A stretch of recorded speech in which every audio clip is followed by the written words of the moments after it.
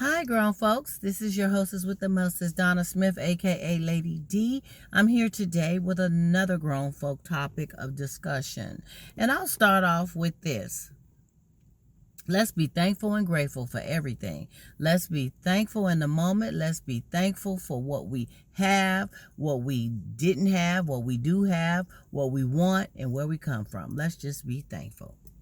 So, on that note, let's talk about a really serious life situation. And that would be addiction. Addiction. There is so many people walking around addicted to something. Sometimes you don't know, but there's an addiction to something. Be it drugs, alcohol, tobacco, sex, food. Yes, food is addictive. Some people have food addictions, and there's people who are addicted to not even eating food. I mean, it's all types of addictions. And I want to kind of narrow it down to, the hard hit addictions when you're talking about drugs and alcohol or sex.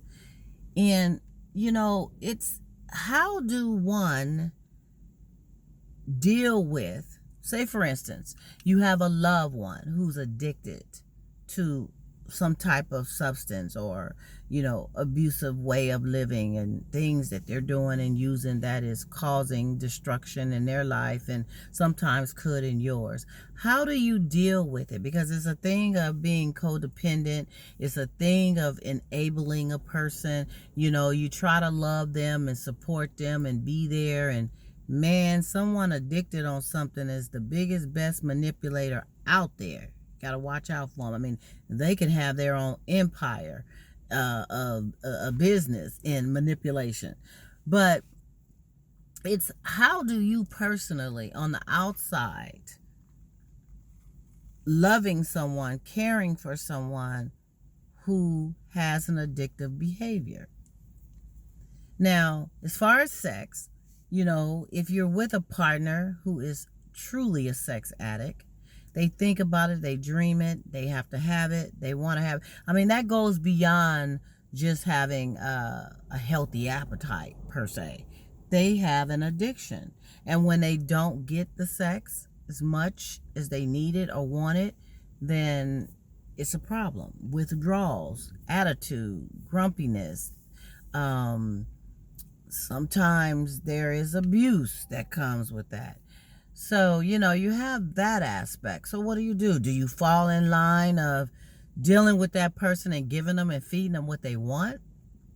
Because some that's in a relationship will look at it as, well, I'm just satisfying my partner. That's what I'm supposed to do.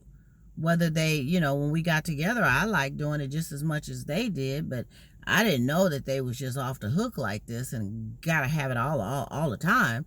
I'm not always wanting to do it all the time. You have people that will put that out there. What do? Do they hold back? Do they ration it out? Are they enabling the person by giving them the sex as much as they want? I don't know. Something to think about. And then you talk about drug abuse.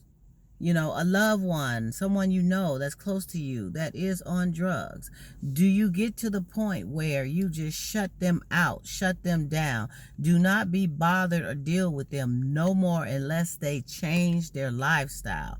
How do you deal with that? Is that abandonment? Is that neglecting them? Is that not showing the support that they need at that critical time by you doing that? But if you provide them with the things that they need, so as far as money, food, and stuff like that, are you enabling them?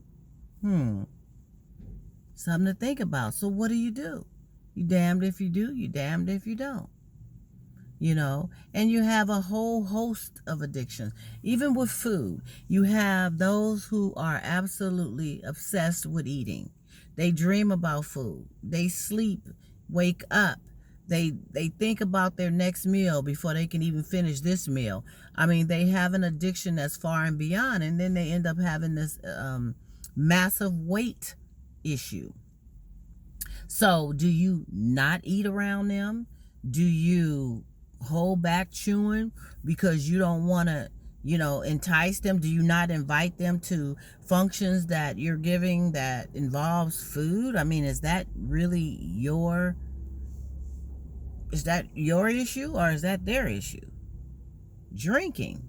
Someone who's an alcoholic and has decided to kind of get that under handle, but then they keep falling back, and all of a sudden, every time you invite them somewhere or they come to something that you're giving, they end up taking that 1, 2, 3, 4, 5, 6, 7, 8, 9, 10th drink, and they're the staggering drunk of the party.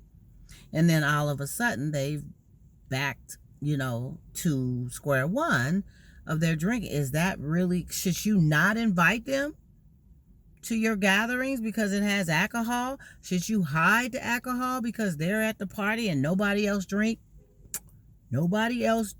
at all? And I'm not making fun of anything. I'm just bringing the reality to the table in regards to addictive behavior, and how do you, on the outside, that is one who loves and cares for that person or persons, and you don't have the addiction that they have, how do you deal with that? How do you deal with that person?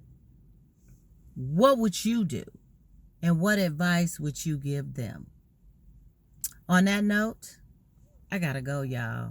It done got kind of late, and time for me to get back to what I gotta do for the rest of the day.